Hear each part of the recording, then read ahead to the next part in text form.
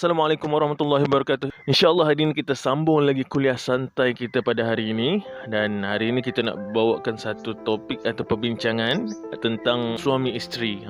Kali ini kita bincang tentang suami isteri pula. Pada satu hari itu ada seorang sahabat saya lah di tempat kerja. Dia berceritalah tentang, dia pernah dengar ada seseorang ni kata seseorang isteri itu tidak perlu sediakan makan minum suami, tidak perlu memasak, tidak perlu kemas rumah ataupun basuh baju, gosok baju dan semua-semua hak dia perlu lakukan kepada suami.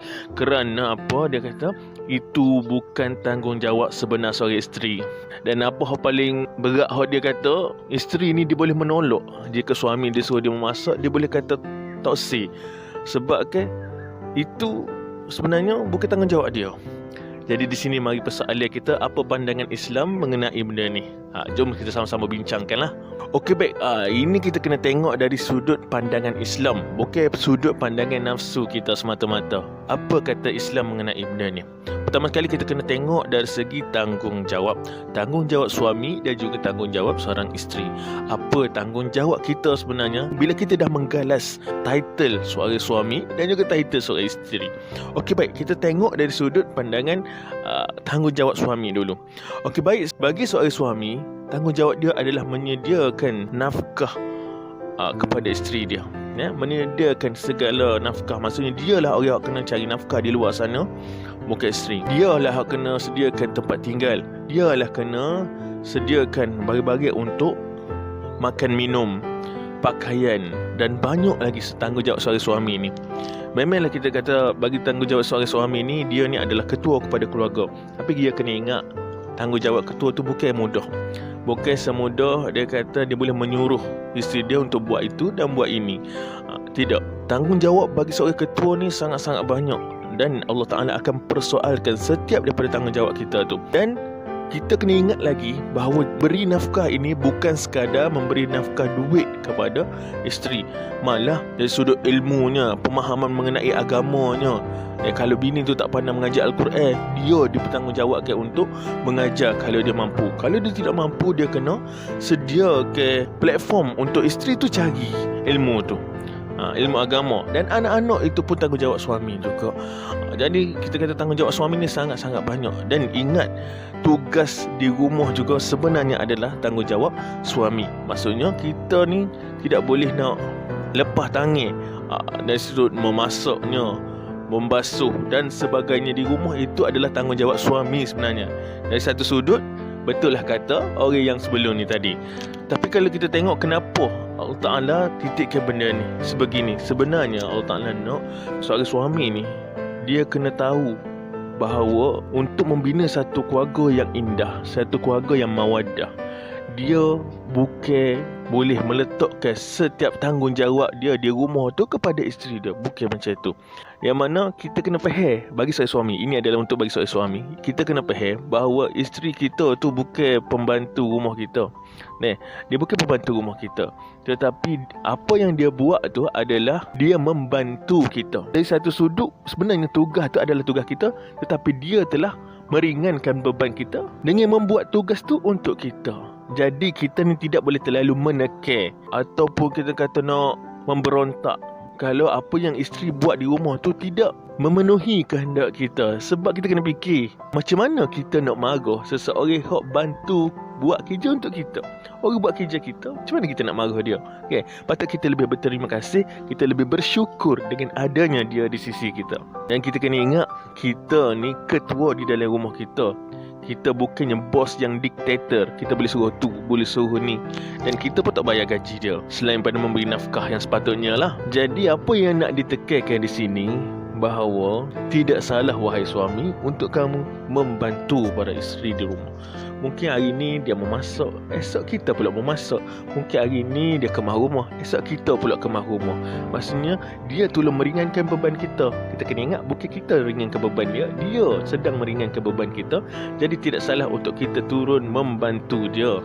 Dan ini boleh menimbulkan keluarga yang penuh dengan rasa cinta dan juga kasih sayang, saling bantu-membantu. Dan pula bagi perspektif seorang isteri, bukanlah alasan ni menyebabkan dia ni boleh untuk lepas tangan. Maksudnya biarkan suami buat semua kerja dan jadikan ini alasan untuk dia duduk saja, tidak bantu suami, sebab dia kata itu bukan tanggungjawab dia. Okey, baik, kita kena tengok dari sudut pandangan Islam sekali lagi. Macam mana tentang tanggungjawab seorang isteri? Okey, bagi seorang isteri dia ada dua tanggungjawab dia.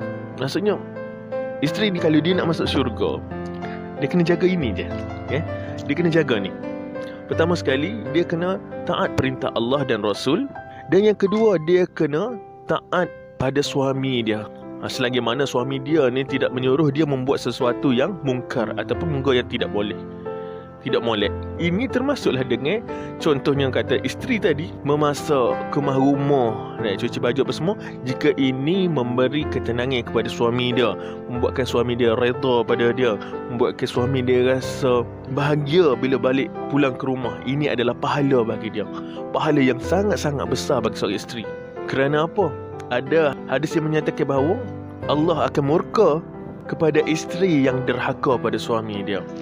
Maksudnya setiap apa yang dia buat tu adalah untuk menjemput redha suami dia, menjemput kasih sayang suami dia, menjemput kegembiraan hati suami dia, menjemput ketenangan jiwa suami dia. Ialah suami dia telah penat sehari suntuk bekerja untuk cari nafkah, balik-balik rumah dia perlukan ketenangan dan kegembiraan itu. Dan di mana lagi dia nak cari ketenangan ni, mawaddah ni? Tidak lain adalah di rumah bersama isteri dia dan juga anak-anak dia. Jadi kegembiraan suami itu juga adalah tanggungjawab seorang isteri. Dan bagi para isteri, jangan terasa terbeban dengan apa yang dibuat di rumah. Kerana jika difikirkan setiap apa yang isteri buat di rumah tu mengandungi pahala yang sangat-sangat banyak. Dia tolong masak, dia dapat pahala yang besar. Dia kemah rumah, dia dapat pahala yang sangat besar. Sebab niat dia adalah untuk taat pada suami, jemput redha suami. Dan apabila suami redha, itu menjemput redha Allah. Dari situlah dia kata dia dapat satu sebab untuk dapat kunci kepada syurga tu, jemput redha suami yang menjemput redha Allah, dan insya-Allah Allah Taala akan bagi syurga kepada dia. Imam Ali rahimahullah taala ada berkata, jangan biarkan pasanganmu terasa bahawa dia adalah seorang pembantu kepadamu. Maksud, jangan biarkan pasangan kita rasa dia ni adalah seorang pekerja kita, pembantu, buat kita buat itu buat ini. Tetapi jadikanlah dirimu sebagai pembantu pasanganmu. Maksud kita ni, pastikan kita ni letak diri kita untuk menjadi pembantu kepada pasangan kita. Kita ni akan berebut untuk bantu dia buat itu, bantu dia buat ini. Kalau seorang suami berlumba-lumba untuk tolong isteri dia buat itu dan buat ini, dan seorang isteri berlumba-lumba untuk tolong suami dia untuk buat itu dan juga buat ini, Masya Allah, di sini lahirnya sebuah keluarga yang sangat-sangat mawaddah, sakinah, warahmah. Jadi daripada keluarga yang beginilah akan menimbulkan rasa cinta, rasa kasih sayang. Dan setiap apa yang kita buat untuk suami kita ataupun untuk isteri kita itu tidak akan beri tekanan pada kita, malah menjemput rahmat dan juga redha Allah ke dalam keluarga kita, insya-Allah. Akhir kata, tanda cinta Allah, banyakkan zikrullah. Tanda cinta Nabi, banyakkan selawat kepada baginda Rasulullah. Tanda cintakan diri, banyakkan sebut astaghfirullah. InsyaAllah dengan izin Allah syurga buat kita. Jadi kita tutup majlis kita dengan tasbih kafarah dan surah Al-Asr.